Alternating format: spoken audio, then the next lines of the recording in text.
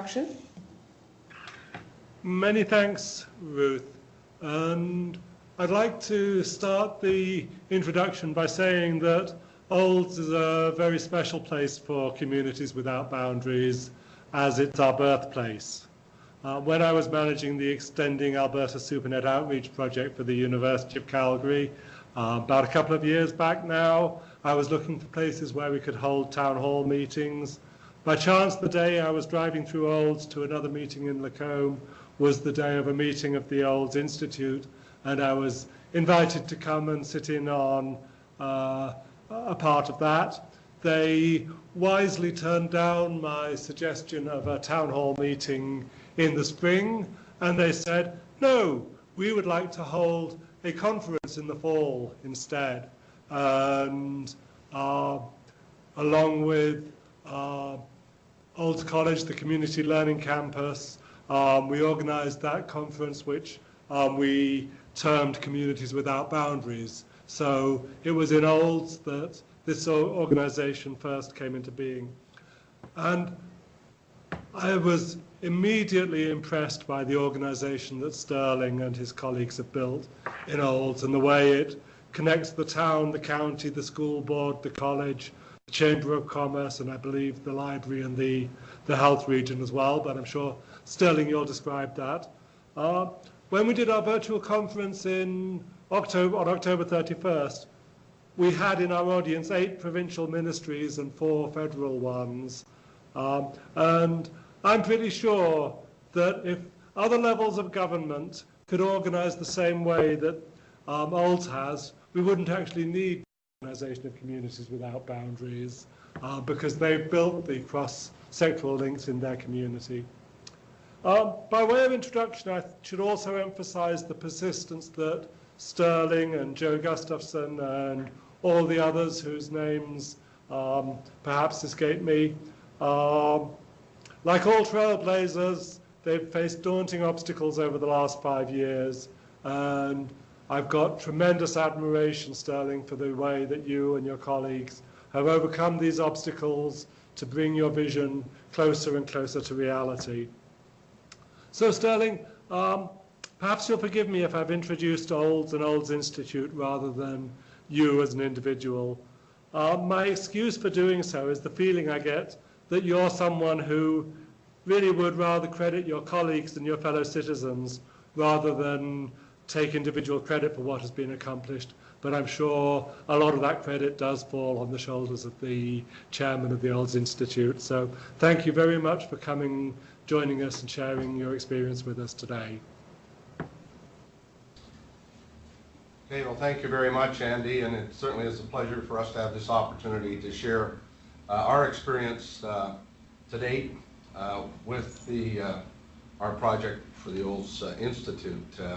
When I was contacted about 10 days ago by Andy as to whether we could participate in this program, Joe Gustafson, who has joined us here today, was away in Mexico and got back on the weekend, and so we were not able to put together a PowerPoint presentation, and so I guess what you see is what you get, and I apologize for that. The Olds Institute is completely a volunteer organization that was put together in 2001, and it has some similarities to what Marco was speaking about in the citizen panel. And this was a citizens panel basically formulated to drive and look at all community development issues.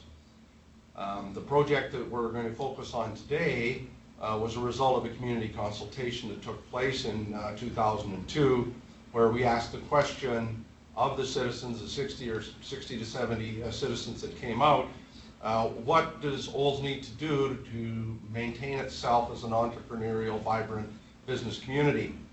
And the answer came back, about 90% of the groups or participants came back with the statement that they wanted Olds to get connected to the global network.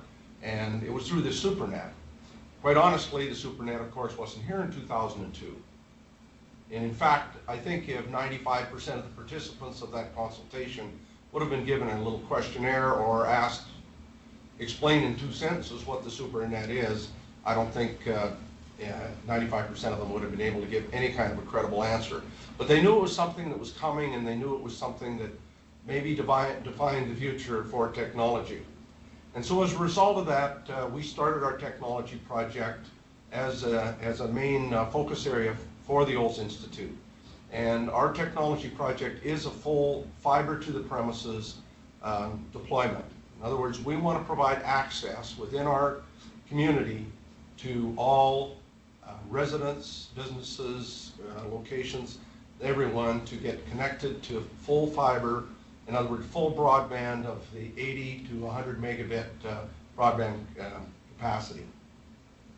And that's pretty aggressive when you consider that you know, the copper and cable technologies and wireless technologies are currently, in most cases, still in the 2 to maximum 10 megabit area. So that ended up being our goal, because in our mind we wanted to future-proof. We wanted to future-proof our investment in technology if we're going to move forward. As a result, a lot of the things that we've been doing have not allowed us perhaps to take advantage of some of what you might call the low-hanging fruit that other communities have, and we're very interested in watching their ability to do that. Now, we're not going to go into many details on the actual fiber to the premises project, because those details really aren't in existence at this point, and that's why we're doing the project, and that's why we have the level of government support, provincial government support, that we do. There's so many facets that had to be considered. Things like governance, of course, funding a major project like this, building a business plan, securing private partners, understanding who our service providers might be, dealing with the dynamic technology of broadband delivery. It seems every month something's changing. Dealing with municipal participation and relations, and more recently we've got an understanding of the amount of legal documentation that's going to be involved and to move this whole thing forward. And so we're going to have to be quite surgical and to the point to stay within our 20-minute time limit. I'm going to leave the discussion of the actual technology project to Joe Gustafson. Joe was the original chair of the Olds Institute and turned his focus to the technology project as the chair of our technology committee. And so I'm going to talk about maybe two key high-level strategic areas that we've encountered in moving this project forward, along with the rest of our community development processes that the Olds Institute's involved in. Specifically, we identified the need for broad community support for our project. This couldn't be a group of former business people or technical people that got together and said this is where we had to go. We needed to have good community consultation. We had to identify who our institutional partners could be, those including people like the Chinook Head School Division, the Olds Library, as Andy mentioned, Olds College, the Olds Agricultural Society, the Chamber of Commerce, etc. We also had to ensure that we had full municipal support, both at the administrative level, because they've been very helpful in a lot of things that we've done, but also from our town council. And that council not only has to be informed of what we're doing, but also has to actually be engaged. And of course, we have a town councillor that sits on our Olds Institute board. And then we need regional collaboration.